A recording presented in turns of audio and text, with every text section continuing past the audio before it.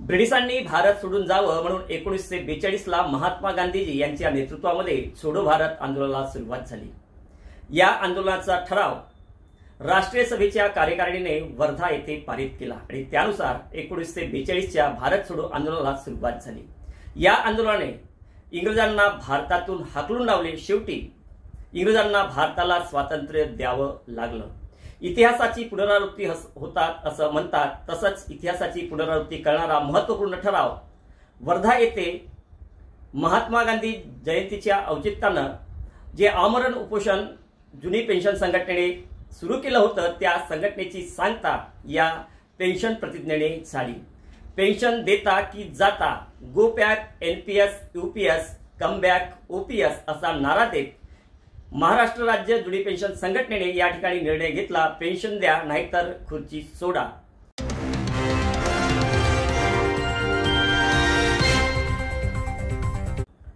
नमस्कार, मी उमेश सिंगंदुडे आणि आपण बघत आहात यूएस दस्तक। आम्हाला एनपीएस नको, यूपीएस नको, जीपीएसही नको आणि सुधारित पेन्शनही नको। आम्हाला केवळ ओपीएस ओल्ड पेन्शन स्कीम हवी। यासाठी महाराष्ट्र राज्य जुनी पेन्शन संघटना आग्रही आहे। जोपर्यंत जुनी पेन्शन योजना लागू होणार नाही तोपर्यंत आम्ही सरकारसोबत संघर्ष करत राहणार असं महाराष्ट्र जुनी पेन्शन संघटनेचे राज्याध्यक्ष वितेश खांडेकर यांनी सांगितलं आहे। एनपीएस, यूपीएस, जीपीएस आणि सुधारित पेन्शन योजना ह्या फसव्या असून कर्मचाऱ्यांच्या हिताच्या नाहीत आणि म्हणून अशा फसव्या आणि कर्मचारी विरोधी असलेल्या योजना आम्हाला नको आहेत। आम्हाला केवळ 1982-84 ची जुनीच पेन्शन योजना जशीची तशी मिळाली पाहिजे। यासाठी महाराष्ट्र राज्य जुनी पेन्शन संघटना आग्रही आहे। राज्य सरकारवर आपला दबाव यावा आणि राज्यातील पक्षाने जुनी पेन्शन संदर्भात आपली भूमिका जाहीर करावी यासाठी महाराष्ट्र राज्य जुनी पेन्शन संघटनेच्या वतीने 15 सप्टेंबरला शिर्डी येथे पेन्शन महाअधिवेशन आयोजित करण्यात आलं होतं। या पेन्शन महाअधिवेशनाला राज्यातील प्रमुख पक्षांच्या प्रमुखांना निमंत्रित करण्यात आलं होतं, परंतु महायुतीतील घटक पक्षातील केवळ एकनाथ शिंदे यांच्या मंत्रिमंडळातील शिक्षण मंत्री दीपक केसरकर या अधिवेशनाला उपस्थित राहिले होते, परंतु त्यांनी जुनी पेन्शन संदर्भात आपली भूमिका स्पष्ट केली नाही।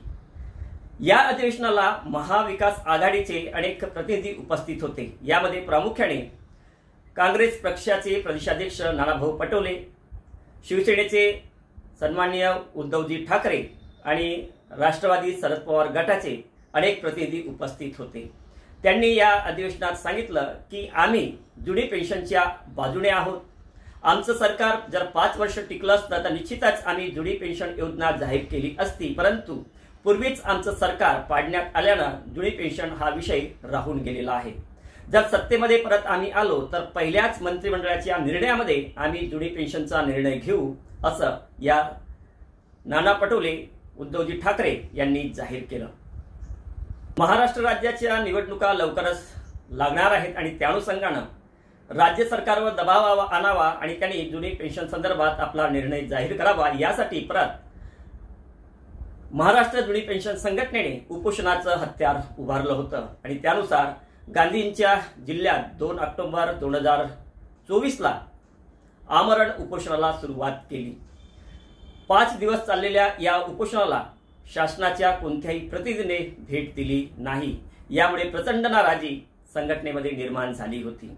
त्याचबरोबर उपोषणाला बसलेले वितेश खांडेकर आणि त्यांचे 17 सहकारी यांची प्रकृती खालावल्याने महाराष्ट्र राज्य जुनी पेन्शन संघटनेने बचेंगे तो और लढेंगे या न्यायाने हे पेन्शन आमरण उपोषण मागे घेतलं। अखेर 5व्या दिवशी या पेन्शन आमरण उपोषणाची सांगता झाली। या पेन्शन आमरण उपोषणामध्ये सत्ता टिकवायची असेल तर जुनी पेन्शन द्या आणि गमवायची असेल तर जुनी पेन्शन देऊ नका। Go back NPS UPS come back OPS असा नारा देण्यात आला। महाराष्ट्र राज्य जुनी पेन्शन संघटनेच्या सदस्यांची प्रकृतीचा विचार करता हे आमरण उपोषण मागे घेण्यात आलं आणि सरकारला या ठिकाणी गंभीर इशारा देखील देण्यात आला। त्याचबरोबर या आमरण पेन्शन उपोषणामध्येच पेन्शन प्रतिज्ञा घेण्यात आली।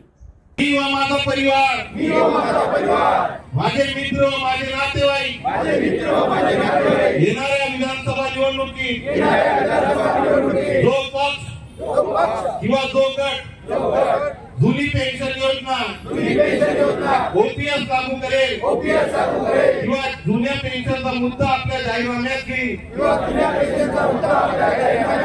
त्याच पक्षाला किंवा त्या गटाला आपला मतदान करतील। मत देताना मी जात पात धर्म काही पाहणार नाही। आजपासून माझा धर्म, माझा पंथ, माझी जात, माझा पक्ष, माझी संघटना ही फक्त जुनी पेन्शन, जो जुनी पेन्शन विरोधी, तो माझा विरोधी, माझ्या कुटुंबाचा विरोधी, अशा जुनी पेन्शन विरोधी लोकांना आम्ही जीवनात कधी मतदान करणार नाही। वोट फॉर एकच mission, vote for NPS OPS UPS V1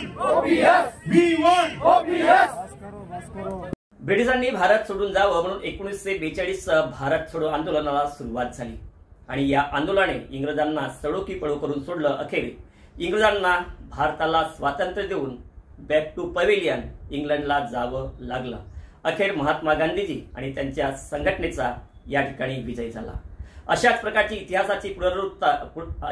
इतिहासाची पुनरावृत्ती वर्धा येथे महाराष्ट्र राज्य जुनी पेन्शन संघटनेने जे आमरण उपोषण घेतलं आणि त्या आमरण उपोषणामध्ये सरकारला इशारा दिला पेन्शन देता की जाता आणि त्या ठिकाणी महत्त्वपूर्ण निर्णय घेण्यात आला की जो पक्ष आम्हाला आपल्या जाहीरनाम्यामध्ये जुनी पेन्शन देऊ असं जाहीर करेल त्या पक्षाला आम्ही जाहीर पाठिंबा करू।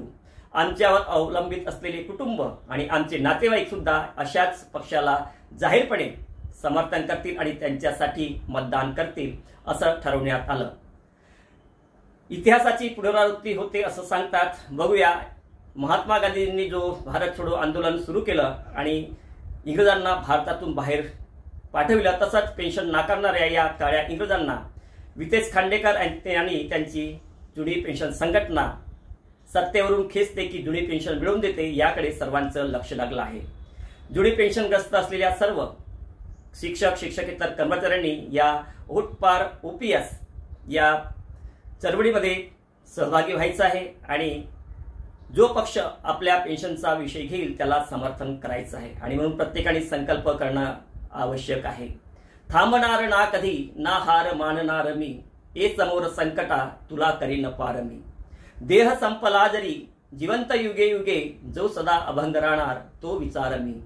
एक वाक्य कोरुणी ठेव कोरुणी मनावरी, जिंकणार जिंकणार जिंकणार होय जिंकणार मी। या आशेने ओपीएसचा लढा सुरू ठेवायचा आहे आणि जुनी पेन्शनसाठी प्रयत्न करायचा आहे।